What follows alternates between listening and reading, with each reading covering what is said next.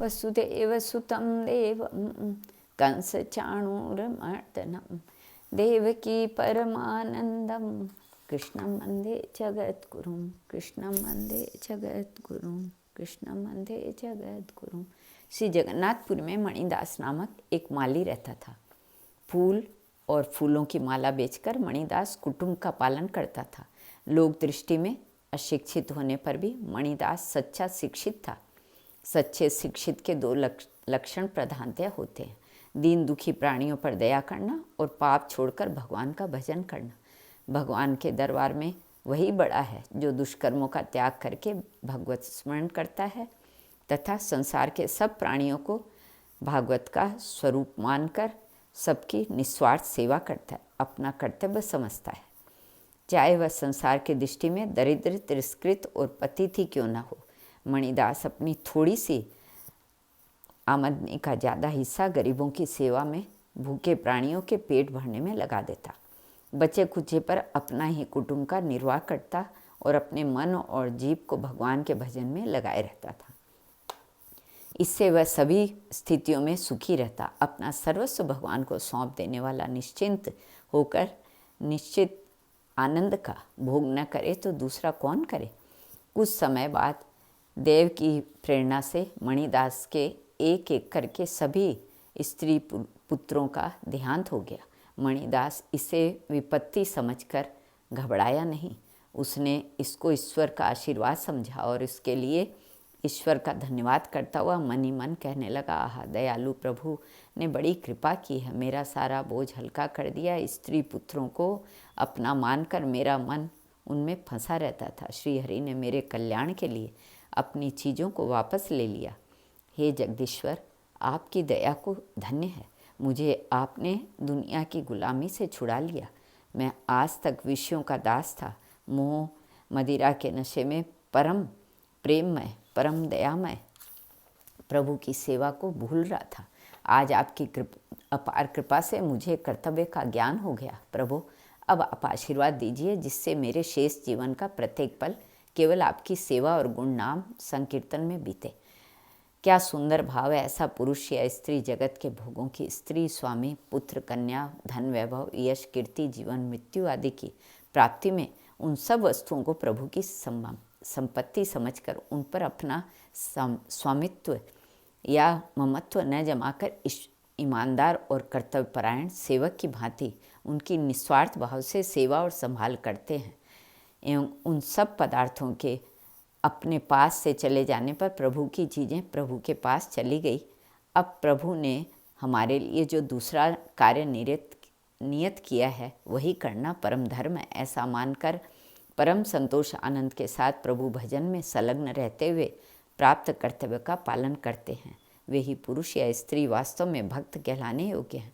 जो सांसारिक विषयों के प्राप्त होने पर सुख और उनके चले जाने पर दुख का अनुभव कर सुख में भगवान को धन्यवाद देते हैं और दुख में कोसते हैं, वे सच्चे भक्त नहीं हैं, क्योंकि उनकी दृष्टि में भगवान की अपेक्षा भोगों का महत्व अधिक है। मणिदास ने प्रभु की प्रेरणा समझकर अपने मन को प्रभु के स्मरण में लगा दिया। संसार की प्रीति ममता को असार जानकर सबके सार श्री हरि नाम का आश्रय ले लिया। साधु के वेश में अब मणिदास अपना सारा जीवन भजन में बिताने लगा। उषा काल में ही नहा धोकर भगवान का ध्यान करने के उपरांत मणिदास हाथों में करताल लेकर श्री जगन्नाथ जी की सिंह द्वार पर आकर खड़ा हो जाता और करताल ध्वनि के साथ अति प्रेम पूर्वक श्री हरि नाम का कीर्तन करता। कभी कभी तो कीर्तन की मस्ती में वह नाचने गाने लगता। उसके बाद मंदिर का सिंह द्वार खुलते ही वह अंदर जाकर पतित पावन श्री जगन्नाथ देव की मूर्ति के पास गरुड़ स्तंभ के पीछे खड़ा होकर मन भरकर श्री भगवान के दर्शन करता, बारंबार साष्टांग प्रणाम करता और अति दीन भाव से नम्र गदगद वाणी से स्तुति करता। हे दयालो, आपकी दया की बलिहारी नाथ, बस इस प्रकार आपके श्री मुख का दर्शन करते करते ही मेरी मृत्यु हो। प्रभु, आप मेरे प्राणों के प्राण हैं, मुझ सरीखे कंगालों के आप ही पारसमणि हैं। आपके सिवा मेरा और कोई न तो है और न हो सकता है। मुझ निराधार के आधार आप ही हैं, मैं आपकी ही शरण हूँ। इसके बाद मणिदास कीर्तन करने लगता। कीर्तन के रंग में मस्त होकर वह नाचने लगता। नाचते नाचते तन्मयता की अवस्था में कभी कभी ठीक जगन्नाथ जी के पास जहाँ चंदन का कठोता रखा रहता है वहाँ तक चला जाता, फिर गरुड़ के पास लौट आता। उस समय उसके शरीर में आठों सात्विक भावों का उदय हो जाता। वह कभी हंसता, कभी रोता, कभी चुप हो जाता, कभी ऊंचे स्वर से गाता, कभी स्तुति करता तो कभी प्रणाम करता और कभी जय जयकार करने लगता। वह स्तुति करता हुआ कहता, हे नाथ, हे श्री कृष्ण, आपकी जय हो, हे वनमाली बलिहारी है, आपके सौंदर्य की। आपके वक्षस्थल पर कमलों का हार लटक रहा है, आपके गले में विविध प्रकार के सुगंधित पुष्पों की मालाएं शोभा पा रही है, आपके प्रत्येक अंग में रत्नों के अलंकार झलमला रहे हैं, कानों में मकराकृत कुंडल है, मस्तक पर रत्न मुकुट सुशोभित हो रहा है। आपके चंद्र वदन में देखते ही भक्त का हृदय आनंद से भर जाता है। आपके खिले हुए श्वेत कमल जैसे मनोहर नेत्र मानो भक्तों को भवसागर से पार उतारने वाले पुल हैं।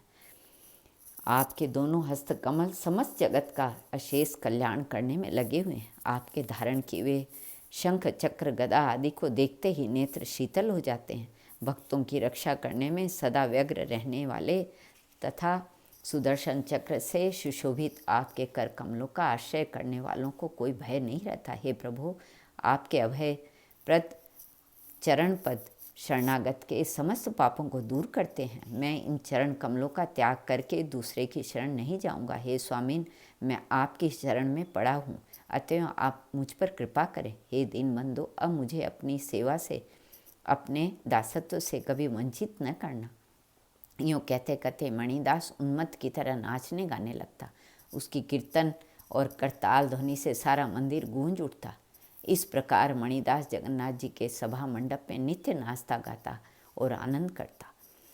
श्री जगन्नाथ जी के मंदिर में मंडप के एक भाग में नित्य प्रति पुराण की कथा हुआ करती थी। एक विद्वान पंडित कथा करते तथा अनेकों श्रोता नर नारी सुनते। कथावाचक पंडित जी महाराज बड़े विद्वान थे। वे तरह तरह के भाव बनाकर ऐसे ढंग से कथा कहते कि सुनने वाले मुग्ध हो जाते। इतना होने पर भी पंडित जी प्रेमी नहीं थे, उनका हृदय शुष्क था, उसमें भगवत प्रेम रस की धारा नहीं बहती थी। एक दिन कथा हो रही थी, इतने में करताल बजाता हुआ ऊंचे स्वर से रामकृष्ण हरि की ध्वनि करता हुआ मणिदास वहाँ जा पहुँचा। श्री जगन्नाथ जी का दर्शन करते ही वह आनंद में मग्न हो गया और उन्मत्त होकर नाचने गाने लगा। नाचते नाचते वह कथावाचक जी के पास जा पहुँचा। उसे यह पता नहीं था कि वह कहाँ है और क्या कर रहा है। भयहारी भगवान के अभय पदों में उनका चित्त लग रहा था। कथावाचक जी को उसका ये आचरण बहुत बुरा लगा। उनको गुस्सा आ गया और उन्होंने कथा रोककर उसे डांटना शुरू किया। उनके मन में प्रणय कोप हुआ। वह चुपचाप वहाँ से निकलकर एक मठ में जाकर पड़े रह गए।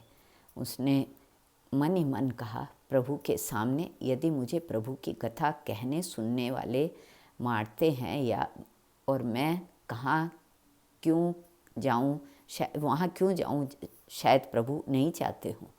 कथावाचक जी ने अपनी विजय समझी। उन्हें यह पता नहीं था कि भगवान विद्या पर नहीं रीझते, वे तो प्रेम के भूखे हैं। जिस हृदय में प्रेम होता है वही भगवान का निवास होता है। दिन बीत गया। सूर्यनारायण अस्ताचल को पधारे। मंदिर में संध्या की आरती हुई, परंतु मणिदास नहीं गया। आज उसने अन्न जल भी ग्रहण नहीं किया। मंदिर की सेवा समाप्त हुई, भंडार बंद हो गया और सबके बाहर चले जाने पर पट बंद कर दिए गए। पुरी के नरेश अपने महल में सोए हैं। अकस्मात उन्होंने देखा मानो स्वयं भगवान श्री जगन्नाथ जी प्रकट होकर उनसे कह रहे हैं, राजा तू बड़ा बेखबर है, तुझे ये भी खबर नहीं कि तेरे राज्य में, अरे मेरे मंदिर में क्या हो रहा है। मेरा प्रेमी भक्त मणिदास मंदिर में करताल बजाकर नाचा करता है और मुझे आनंद दिया करता। आज तेरे कथावाचक ने उसे मारकर मंदिर से निकाल दिया। उसके कीर्तननाद को सुने बिना आज मेरा आनंद फीका हो रहा है। मेरा मणिदास मंदिर के बाहर मठ में भूखा प्यासा पड़ा है। तू स्वयं वहाँ जा और आइंदा उसके कीर्तन में कोई विघ्न न हो, ऐसा प्रबंध कर। जब वह करताल बजाकर प्रेमानंद में मस्त हो मेरे सामने नाचेगा तभी मुझे आनंद आवेगा। देख अब आगे से कोई कथावाचक वहाँ कथा न बाँचा करे। कथा की व्यवस्था श्री लक्ष्मी जी के मंदिर में हो। मेरा सभा मंडप तो मेरे प्रेमी भक्तों के भजन कीर्तन के लिए ही सुरक्षित रहे। आहा, आनंद सागर भगवान की करुणा तो देखिए, वे भक्त के आनंद से आनंदित होते हैं। उधर मठ में पड़े हुए मणिदास ने देखा अकस्मात परम प्रकाश हो गया और उसमें भगवान श्री जगन्नाथ ने प्रकट होकर उसके सिर पर हाथ फिराते हुए स्नेहपूर्वक कहा, बेटा मणिदास, अरे तू भूखा क्यों रहा? देख आज मैंने भी उपवास किया है, उठ जल्दी भोजन कर। मणिदास को वाह ज्ञान हो गया। उसने देखा महाप्रसाद का थाल सामने रखा है। दयामय की दया देखकर मणिदास प्रणयाभिमान उतर गया। इधर राजा की नींद टूटते ही उसने विचार किया, यह कैसा स्वप्न था? क्या सचमुच श्री जगन्नाथ भगवान ने ही आज्ञा दी है? राजा श्रद्धालु था, उसने उसी समय उसकी जांच करना उचित समझा। घोड़ा मंगवाया गया। राजा उस पर सवार होकर सीधा मंदिर की तरफ चला। मंदिर के सामने मठ में जाकर देखा मणिदास पड़ा हुआ है। प्रातःकाल हो गया था। राजा ने सादर प्रेम पूर्वक संभाषण से मणिदास के मन को खींच लिया। साधु दयालु हुआ ही करते। मणिदास राजी हो गया। राजा उसे साथ लेकर सभा मंडप में आया और बड़े आदर सत्कार के साथ मणिदास को वस्त्र अलंकार पहनाकर कहने लगा, मणिदास तू धन्य है। अरे वह ऊंची जाति किस काम की जिसमें भगवान का प्रेम नहीं। तुझे और तेरे माँ बाप को धन्य है। आज तू मेरे सामने करताल बजाकर नृत्य कर। तेरे नृत्य से प्रभु को भी आनंद होगा और मैं भी अपने नेत्र और कर्णों के द्वारा कीर्तन रस का पान कर कृतकृत्य हो जाऊंगा। मणिदास ने करताल लेकर प्रेम से अधीर हो कीर्तन आरंभ किया और अत्यंत आनंद से पूर्ण होकर दीन बंधु की स्तुति करते हुए मनोहर नृत्य किया। राजा की आज्ञा से कथावाचक जी को उसी दिन से वहाँ कथा वाचना बंद कर देना पड़ा।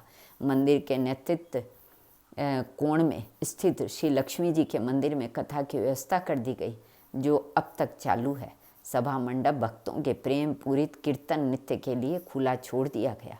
भक्त मणिदास जीवन भर वही कीर्तन करते रहे और अपने प्रेम सुधा की धारा से सहस्त्रों नर नारियों को अमरता प्रदान कर अंत में श्री जगन्नाथ जी की सेवा के लिए दिव्य धाम को पार गए।